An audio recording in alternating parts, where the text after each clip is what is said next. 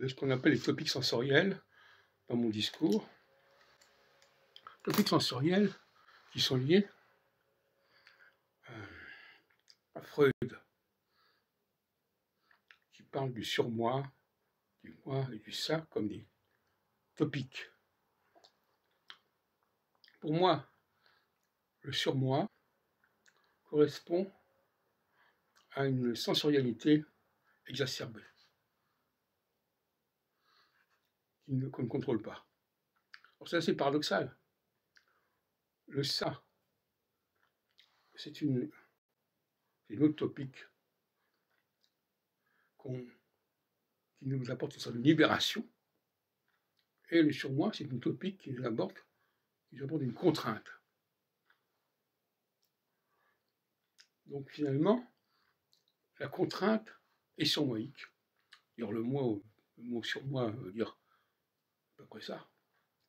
Surmoïque, c'est la personne qui a un surmoi sensoriel olfactif ne peut pas ignorer ce stimulus olfactif. Ne peut pas ne pas réagir. Son nez vibre, son nez exige un passage à l'acte quelque part. De la même façon, quelqu'un qui a un surmoi auditif, eh bien lui, il ne peut pas ne pas obéir à des pulsions, ou plutôt clairement, à une réactivité à ce qui peut le gêner sur le plan auditif. Et inversement, celui qui a un surmoi auditif a un ça olfactif. Sur le plan olfactif, il peut se permettre n'importe quoi. Ça ne le gêne pas. Il peut mettre des vêtements sales, ne pas se laver, ça ne le gêne pas. Par contre, dès que c'est dans le domaine auditif, alors là, il est prisonnier de son schéma.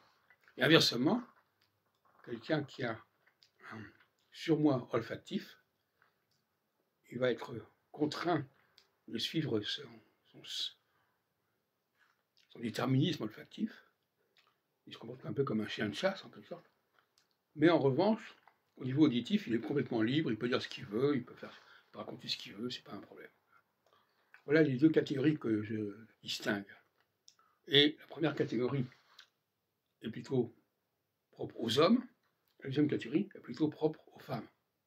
J'en ai déjà parlé à plusieurs reprises. Mais ce qui m'a paru extrêmement important pour vous aujourd'hui, c'est que je me suis aperçu à quel point les gens qui sont marqués par l'olfactif, quelque part, c'est quelque chose qu'ils ne peuvent pas y échapper. Donc finalement, paradoxalement, les topiques sensoriels, dans les deux cas, on ne peut pas les contrôler.